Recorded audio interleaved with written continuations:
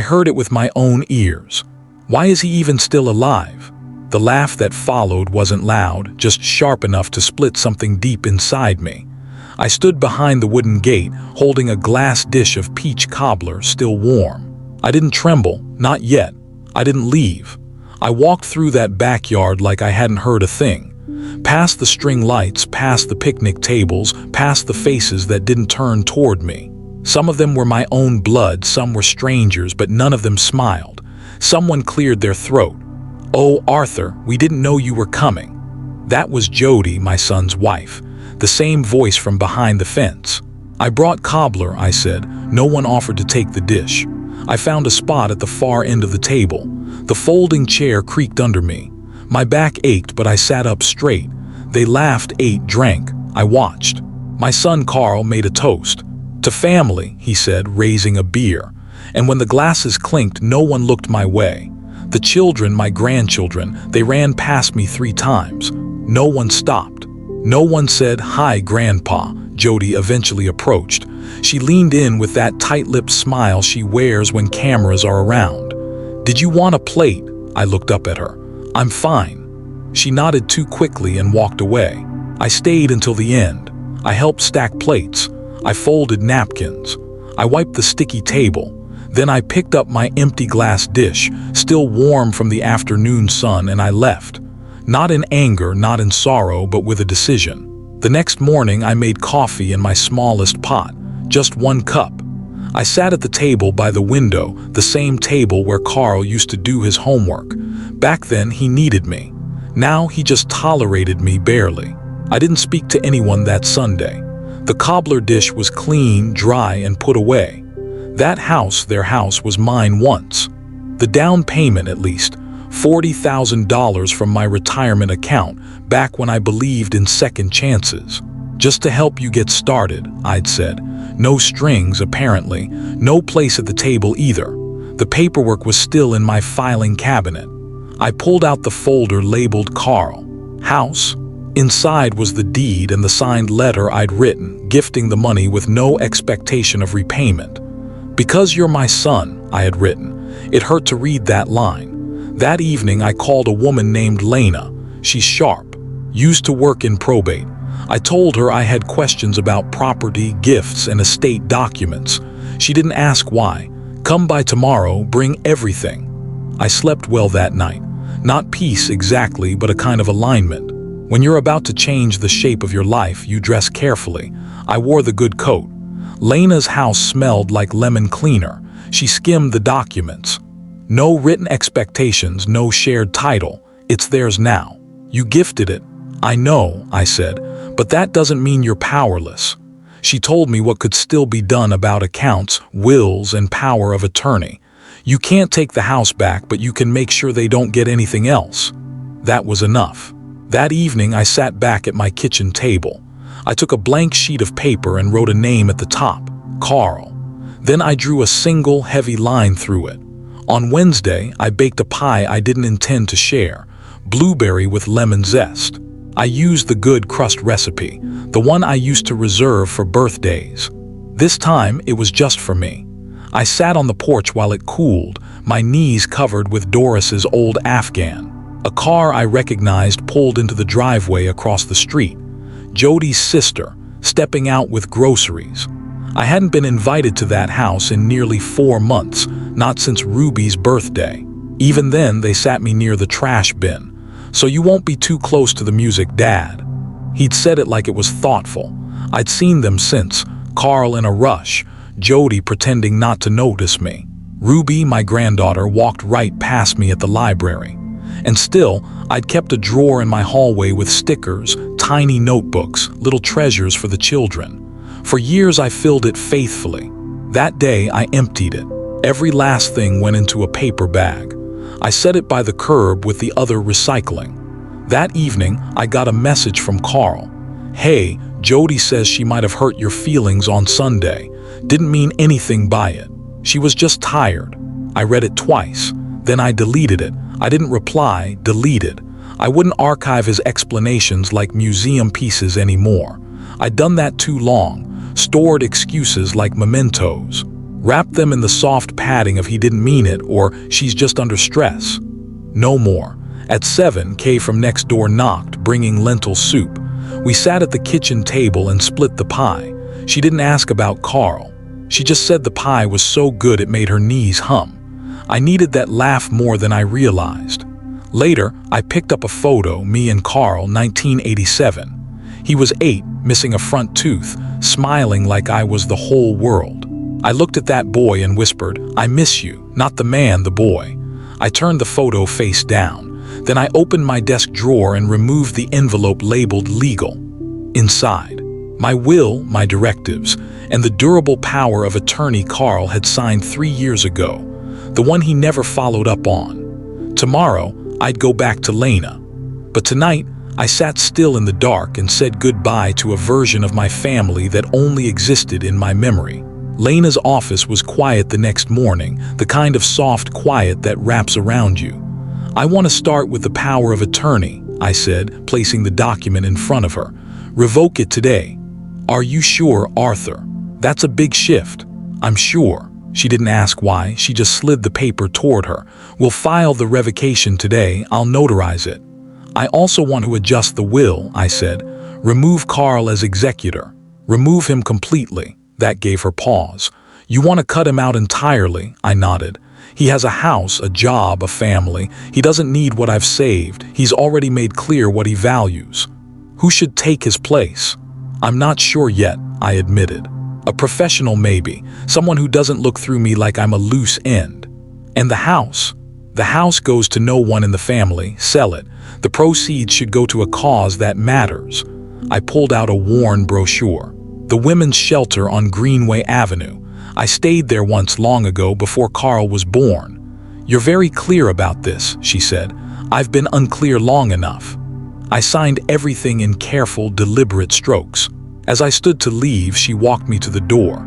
"If you change your mind, any of it, just call." "I won't." At home, the phone was blinking. A message from Carl. "Hey, Dad, got your voicemail about legal stuff. Jody said you were acting weird last weekend. Call me, okay." I deleted it. Then I blocked the number. The next morning, I called a locksmith. He replaced the front and back door locks. When he handed me the new keys, I made 4 copies. One stayed in my purse, one went next door to Kay. I slept better that night. No dreams, just rest. Saturday morning came with the smell of soft rain. I went outside anyway. The garden hadn't been touched. I clipped the marigolds back slowly. The shears in my hand felt like control. At noon, I drove to the bank. A manager named Trina led me to her office. "I'd like to review all authorized users on my accounts," I said. She pulled up the screen. "You have 1 cosigner and 1 authorized cardholder, Carl J. Hemsworth. Your son used to be. Would you like to remove him? I'd like to erase him. Completely? Yes. Remove the access, cancel the card, reissue everything in my name only." While she worked, I stared at a plan on her desk. I used to have one just like it in Carl's nursery. He once tried to eat the dirt. I'd laughed so hard. When I left the bank, I didn't feel triumphant. I felt clean. I went home, took out the fireproof box, and removed Carl's birth certificate. Not to destroy it, just to separate it. I placed it in a folder labeled History and stored it away from everything else. I opened my address book. I flipped to see and stared at the names, Carl and Jody, Ruby and Trent. I took out a pen and drew a single line through each one. Then I wrote a new name, Lena Moore, attorney. Sunday, Kay came by with banana muffins. We sat in the kitchen and talked about the stray cat we named Vernon. After she left, I picked up the Sunday paper and underlined a listing. A small apartment, ground floor, just enough. I clipped it out and set it on the fridge. I wasn't running, I was preparing. On Monday, I called the real estate attorney Lena recommended, Charles Lindell. That night the phone rang, blocked number. I let it go to voicemail. "Arthur, it's Jody. Look, we really don't understand what's going on. Carl's been trying to call. Ruby's been asking about you." I turned off the machine. The lie sat in the air like old perfume. Ruby hadn't spoken to me in weeks. They weren't worried. They were unsettled, and there's a difference. On Thursday, I put on my navy cardigan, the one with the mother-of-pearl buttons. Charles Lindell was kind. "I want the house to be in a trust," I said. "No one in my family has access. Not now, not later. And when you pass, it's to be sold. The proceeds go to the Greenway Women's Shelter in full." He raised an eyebrow. "No family inheritance." "No, I'll prepare the documents," he said. "You'll need to update your will to reflect these changes too." "I've already started that with my estate lawyer," I said. Charles smiled. "Then we're just making it official." We worked for nearly 2 hours, reviewing clauses, signing forms. He explained everything with patience and precision. When we were done, he handed me a slim binder. "This is your trust packet. Keep it safe." I thanked him and left the office with a strange sense of solidity, like my spine had real weight again. On the way home, I bought a lemon tart and ate it in the car. At home, I reread the trust documents. My name, my signature, my terms. No loopholes. For the first time in months, maybe years, I didn't feel like someone waiting to be chosen. I had chosen myself. Later that evening, just as the sky began to turn, a car pulled into my driveway. Carl. He stepped out slowly, unsure. I didn't open the door. He knocked once, then again. "Dad, please. I don't know what's happening. You changed the locks. You blocked my number. I just want to talk." He sounded less angry than uncertain, like someone trying to find the map after realizing he's no longer holding the pen. I sat on the couch, hands in my lap. I didn't answer. After a while, he left. I watched him from the window as he backed out slowly, his face tired behind the wheel. Then I sat back down and poured myself a cup of strong tea. My mother always said, "If they don't hear you softly, they'll hear the silence louder." On Friday, I trimmed the hedges, swept the porch, even replaced the cracked bulb above the door. Not because anyone was coming, but because I was leaving eventually, and I wanted the house to know I hadn't stopped caring. It wasn't the house's fault. I'd lived here for 43 years. I'd painted every wall myself, tiled the kitchen floor after Doris died. I learned how to replace the gutter screens when the neighbors said I should just wait for my son to help. I stopped waiting a long time ago. That afternoon, I walked through each room with a notepad. I looked at the old dresser Carl called dated. I looked at the curtains in his old room, still little sailboats. I sat on the edge of the bed and looked out at the crooked apple tree in the backyard. Time had pulled it leftward, but it still bloomed each spring defiantly. I remembered the time Carl climbed that tree and got stuck, wailing like a siren. The way he hugged me afterward, shaking with leftover tears. "Don't tell anyone," he said. I never did. I remembered the Christmas Jody told me not to bring food because the kids don't eat old-fashioned stuff. And how I brought a pie anyway. Ruby never touched it. Trent said it tasted like soap. That was the year I stopped baking for their holidays, but I never stopped baking. I stood up and wrote on my notepad, "Leave the curtains, take the quilt." In the kitchen, I wrapped my heavy measuring cups, the ones Doris bought me for our 10th anniversary, and placed them in a padded box labeled Keep. The next day, I called the apartment complex I'd clipped from the paper. "Yes, we have a 1-bedroom still available," a kind woman named Teresa said. "First floor, lots of light. Do you allow cats?" "We do." I scheduled a viewing for Tuesday. That night I sat on the porch. I thought about Carl. I didn't miss him. Not exactly. I missed the idea of him. The son who built Lego castles on my coffee table. That boy had disappeared long ago, replaced by a man who couldn't see past his own needs. Maybe someday I'd mourn him properly, but not now. Now I had packing to do. The call came on Sunday evening, not from Carl, from Ruby. "Hi, Grandpa," she said. Her voice was smaller than I remembered. "Is this still your number?" "It is." I found it in one of Dad's old phones. He didn't know I was looking. I wanted to say I'm sorry for the backyard, for everything, really. I waited. "What are you sorry for?" I asked gently. "For not talking to you, for pretending not to see you at the library, for laughing when Mom said what she said. You just wanted to belong," I finished for her. "Yes." I didn't forgive her right away. "Thank you for calling," I said. "Can I see you, just me?" "All right," I said. Come by tomorrow after school, just you. Monday came gray and drizzly. I baked banana bread just to fill the house with something warm. At 4:12, Ruby knocked. I wasn't sure you'd open the door, she said. I wasn't sure you'd knock, I answered. Inside, she picked at the bread. Mom says you've gone crazy, that you're cutting us out. I'm not cutting, I'm choosing, I said. There's a difference. I don't hate you, I added. I don't hate you either, she whispered. I think I copied how they acted, and I didn't question it until I started missing you. The sentence folded something inside me. I want to come back, she said, if that's allowed. You can come back, I said, but not for pie, not for gifts, only for truth. I can do that. She stayed an hour. We didn't talk about Carl or Jody. Just school, books, a cat she wanted. She left with a second slice of banana bread. I watched her until she turned the corner. I didn't feel hopeful. I felt honest. That night I wrote in my journal, maybe some doors don't need to be slammed, just gently locked from the inside, with a window left cracked for the ones who come alone and knock with care. The next few days passed quietly. I packed slowly, one drawer, one memory at a time. Not because I was sentimental, but because I wanted to know what I was keeping and why. If something didn't make me feel stronger, it didn't come with me. The apartment viewing was Thursday. I woke up early and brewed coffee strong enough to stand up on its own. The complex was simpler than the brochure, but it felt right.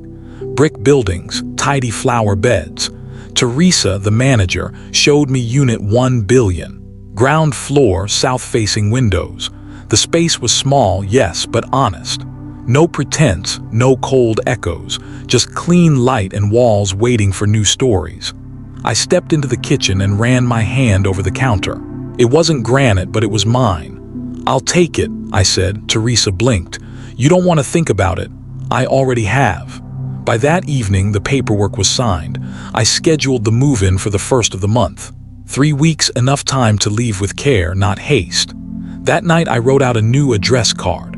Arthur Hemsworth, 128 Willow View, Apt 1 billion. No forwarding for Carl. 2 days later, Carl showed up again. His engine idled for a while out front as if he was rehearsing. I met him at the door but didn't open it. You blocked me, he said, confused. You changed everything. Yes. Why? I looked at his face, older than I remembered. I heard what Jody said in the backyard, Carl, and I heard you laugh. He shifted. I didn't mean it. You know how she is. It was a joke. No, Carl. A joke has to have a punchline. That was just cruelty wrapped in silence. I didn't know you were there, he muttered. That's exactly the problem. So that's it. You're erasing me over one bad afternoon. The afternoon was just the final straw in a stack built over years. A life where I was convenient but never considered. I'm not erasing you, I said. I'm just finally choosing myself. Ruby said you're letting her visit. I am. So she gets a pass. No, she asked to come back. You waited until your name started vanishing from documents. This is about money. No, this is about dignity. He looked past me into the hallway, which was clean, clear. I'll always be your son, he said, and I'll always be the man who gave you more than he should have. I stepped back and closed the door. Not slammed, just shut. That night I didn't feel triumphant. I cried for 7 minutes. I timed it. I let myself feel the break, not because I regretted it, but because endings deserve respect. On Sunday afternoon, I hosted tea for the first time in years. Marcia came first, then Ida in her fur coat, then Nora, my old friend from the choir. I baked a single spice cake, nothing fancy, just enough. I poured tea in my chipped china, the blue set that survived 2 moves. No one asked about Carl or Ruby. Instead, we talked about shoulder pain and grocery prices. It was the most comfort I'd felt in years. When the conversation dipped, I said it. I'm moving. I found a small place across town. I'll be gone by the end of the month. Ida leaned forward. Does your son know? He doesn't need to. Marcia nodded as if that was all the explanation required. When they left, the house was still but not empty. I walked through each room again, this time not as a farewell but as a blessing. In the hallway, I stopped by the last framed photo. Me and Doris, covered in paint splatters, holding brushes like trophies. He's laughing. I wrapped it in a kitchen towel. It went into the box labeled Essentials. That night I wrote in my journal, 3 women drank tea in my kitchen today. No one interrupted. No one explained. No one corrected. We just existed together. That entry meant more than all the Christmas newsletters. The next morning I woke to a voicemail from Jody. Short, cold. Arthur, I heard you spoke to Ruby. Carl says you've been hostile. If this is your way of getting attention, it's really sad. Hostile. That's what they called a man who finally spoke up. That's what they called silence when it no longer served them. I walked barefoot through the patch of lawn I'd mowed for decades. I knelt slowly and dug my fingers into the dark soil. I planted 3 marigold seeds from an old paper packet, not to bloom, but to mark something. The doorbell rang at 10:42 a.m. sharp on Wednesday. This knock was practiced. When I opened the door, Jody was standing there in heels too high for the weather. Her lipstick was perfect, but her eyes were tight. She stepped past me. I closed the door behind her slowly, deliberately. "This is getting out of hand," she began. "You've blocked Carl, you've changed your accounts. Ruby is sneaking around to call you, and now I hear you're moving." "All true," I said calmly. "We're your family," she said, putting weight on the word. "You can't just erase us because of a bad day." "It wasn't one bad day," I said. "It was years of polite dismissal, of lukewarm invitations, of being tolerated instead of welcomed. One day just pulled the curtain back." Jody's jaw tightened. "We never asked you for anything." "That's the problem, you never asked, you just expected. I don't know what Carl ever did to deserve this," she snapped. "He's a good man." "Good men don't laugh when someone wonders why their father is still alive," I replied, my voice steady. She took a step closer. "You think you're punishing him. You're punishing Ruby. She's confused, hurt, and you're using her to prove some kind of point." I took a breath. "Ruby came to me alone. She's 16. She knows what a closed door feels like." Jody scoffed. "You've always made things dramatic." "No, I've always made things possible," I said, sharper now. "The down payment on your house, the babysitting, the last-minute rides, the silent endurance at birthdays when I was placed behind centerpieces so I wouldn't ruin the aesthetic." "You're exaggerating. You've always been difficult." I smiled then, but not kindly. "Is that what men become when they stop handing over their silence?" Then she spotted the packed boxes. "You're really doing it." "I am." "And what happens when you're alone in that little apartment? When no one's left to check on you? When Ruby forgets to call?" "I'll still have myself," I said, "and I'd rather be alone with honesty than surrounded by people who flinch at my presence." She looked around. "You're throwing everything away."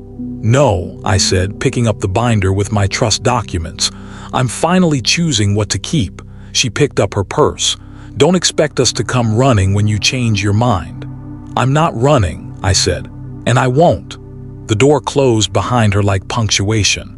Later that evening, Ruby texted me. She came home fuming. "You okay?" I wrote back, "Perfectly. Some doors need closing, Ruby. It doesn't mean you're on the other side." She sent a heart emoji followed by "Still bringing cookies Thursday." "Don't bail." I didn't. The papers were ready. Lena called. "Everything signed, filed, confirmed. You're now the sole decision maker of every inch of your life." "Thank you," I said. 2 words that held more weight than most confessions. By noon, I was at the bank, handing over the final forms. The clerk was young, but she treated the documents like something sacred. She was simply prepared, like me. Afterward, I walked to the post office and picked up a key for a new P.O. box. When they asked for a forwarding address, I declined. Anyone who truly needed to find me already knew where I was. At 3:30, Ruby arrived. She brought chocolate chip cookies and a magazine with a quiz. "What type of flower are you?" We sat on the porch. I was apparently a lilac, quiet, observant. Ruby was a marigold, resilient and hard to root out. "Dad says you're turning your back on family." "He's hurt," she added softer. "Not that it excuses anything, but it's all he talks about." "Then he's finally talking about something that matters," I said. "I miss the old you." "No," I said, "you miss the version of me who let himself be erased quietly. That wasn't me, that was survival." She nodded. "I get that now." Then she pulled out a folded piece of paper. "It's just a sketch," she said, shy. I unfolded it. A pencil drawing. A man seated in a chair, his back straight, eyes forward. In front of him, a chessboard, on his side just 2 pieces. On the other, a full set. But his pieces were in winning positions. "He's not done," Ruby said. "He's just starting to play his game." I couldn't speak. "Can I hang it in the new apartment?" I asked. She lit up. "Really?" As the sky turned peach, she stood. "I know this doesn't fix everything, but I want to be around if you'll have me." "I will," I said, "but only as you are. No pretending. Marigolds don't pretend." After she left, I sat alone. All the paperwork signed, all the decisions made. No more seeking permissions. It was done, not bitterly, but firmly. Tomorrow I would begin packing the final boxes, and after that, something better than hope. Moving day arrived quiet, without ceremony. I woke before dawn, made coffee in the same chipped mug, and stood in the kitchen one last time. The light hadn't reached the windows, but I knew every inch of this house in the dark. The movers came at 9, 2 young men, polite, fast, a little surprised by how few boxes I had. By noon, the house was nearly empty. The walls looked tired, like they were exhaling. I walked through each room slowly, my fingers grazing surfaces one last time, not to cling, but to thank. In the hallway, I paused where Carl's height marks used to be, painted over. I could still feel the indentations. A lifetime of inches that couldn't be undone. I placed a small envelope in the top drawer of the empty hallway table. It held one key and a note that simply read, "This house taught me everything. Thank you." Then I locked the front door behind me and didn't look back. The apartment smelled like fresh paint and new beginnings. Teresa brought me a welcome packet and a tiny succulent in a ceramic pot shaped like a cat. "Something green," she said. The first thing I unpacked was the kettle. The second, Ruby's drawing. I hung it near the window where the light caught it softly. The next morning, I unpacked the last box. Inside were the essentials and a letter folded in thirds, yellowed slightly at the edges. Doris's handwriting, written before her surgery. "If something goes wrong, don't fold in. Stay open. Stay warm. Live with your hands unclenched. You have more strength than you know." I placed it in the same drawer where I kept my will. That afternoon, I baked for the first time in the new oven, banana bread. By now, more ritual than recipe. At 4, Ruby arrived with her school bag and a fresh bruise on her cheek. "I brought jam," she said, holding up a small jar. "Fig and something. I thought it sounded like you." "Is this what peace feels like?" she asked. "Not all of it," I said, "but a corner of it, yes." She told me about Jody being furious with me for turning down a birthday invitation. "She said you were making a spectacle of yourself." "I'm not making anything," I said. "I'm simply not showing up where I'm not wanted." "I borrowed Grandpa's bike," she confessed. "It's in bad shape, but it got me here." "Doris would have liked that," I said. "You can leave it locked on the balcony. We'll fix it up together." Her eyes lit up. 1 week after the move, the house sold. The offer came in just above asking. An older couple, no kids, looking for quiet and history, the realtor said. I didn't go back, not even for the walkthrough. I let Charles handle the sale. When he called, I stood in the middle of my apartment. It wasn't large, but every inch was mine. I opened a new bank account for the shelter donation. I didn't put it in my will, I gave it now. I walked in myself, handed the check to the director and said, "This is for the women who leave without shoes." She stared at the amount and started to cry. I didn't. This wasn't grief. This was intention. That night my buzzer rang, Ruby's voice. "Can I come up?" She was carrying a shoebox. "Stuff I'm not ready to keep at home," she said. Inside, a notebook, a necklace that wasn't Jody's taste, a photo of her and me at the zoo when she was 5. She had chocolate on her face. "I don't want to live there when I'm older," she said suddenly, sitting cross-legged on the floor. "You won't have to," I said. "You get to choose even if they hate me for it." "Are you still angry?" "No, I'm finished." When she left, she hugged me tighter than she ever had before. Later that week, a letter came. No return address, but the handwriting was Carl's. "Dad, I don't know how to fix this. I said things I can't unsay. I let things happen. I should have stopped. I don't know how to be the man you deserve. And I'm scared it's too late to learn. But Ruby talks about you every day now. She's different, braver, and that came from you. I'm sorry. I hope one day you'll let me try. I folded the letter and placed it in a drawer. Not forgiveness, not refusal, just a space where it could rest undisturbed. That night I wrote in my journal, I am not angry anymore, not afraid. I am not waiting at windows. I am not a forgotten guest at someone else's table. I am building my own. I woke before dawn on my birthday. No brunch reservations or gift bags left on stoops. Just morning light through clean curtains, the sound of rain somewhere in the distance, and the soft breath of a life that now belonged only to me. I made pancakes, 2 of them, and sat in the middle of my little apartment with the photo of Doris propped on a chair and said, "Well, we got here, didn't we?"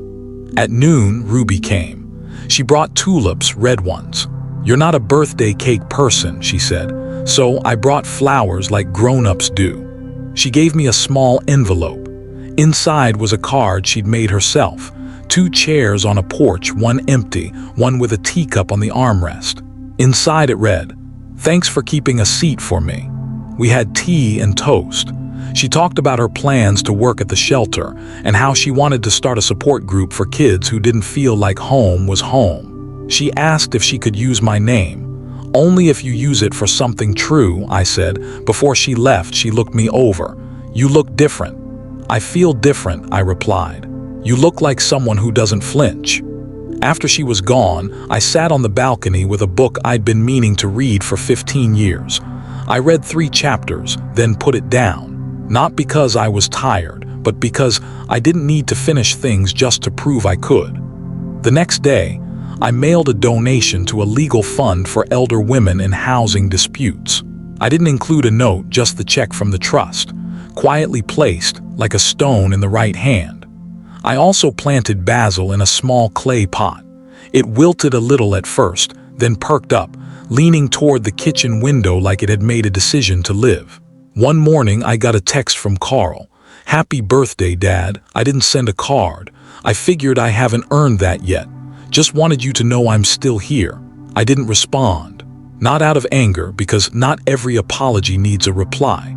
Some simply need to land quietly in the place where harm was once ignored. That evening, I invited Marcia and Ida over. Nora couldn't come, but sent a crossword torn from her paper with a note. 12 down made me think of you. The answer was Anchor. We drank tea and laughed about knees and politics. They brought cherry pie and a promise to come again next week. After they left, I stood in the doorway and just listened. Not for footsteps leaving or for silence returning, but for the sound of a house that had filled up again, this time with the right kind of noise. That night before I turned out the light, I wrote in my journal for the last time in that volume. They asked why I was still alive. Now I can answer, to remember my name, to set my own table, to keep the door open just wide enough for those who knock with clean hands. If you found a piece of your own truth in Arthur's story, if you too have learned the difference between duty and dignity, then I invite you to join our community. This is the Elder's Voice, where we share stories of quiet strength, late found peace, and the choice to finally choose yourself. Like this video if you know what it means to stand firm, and subscribe to our channel, The Elder's Voice, so you never miss the wisdom that comes from a life fully lived. Thank you for listening.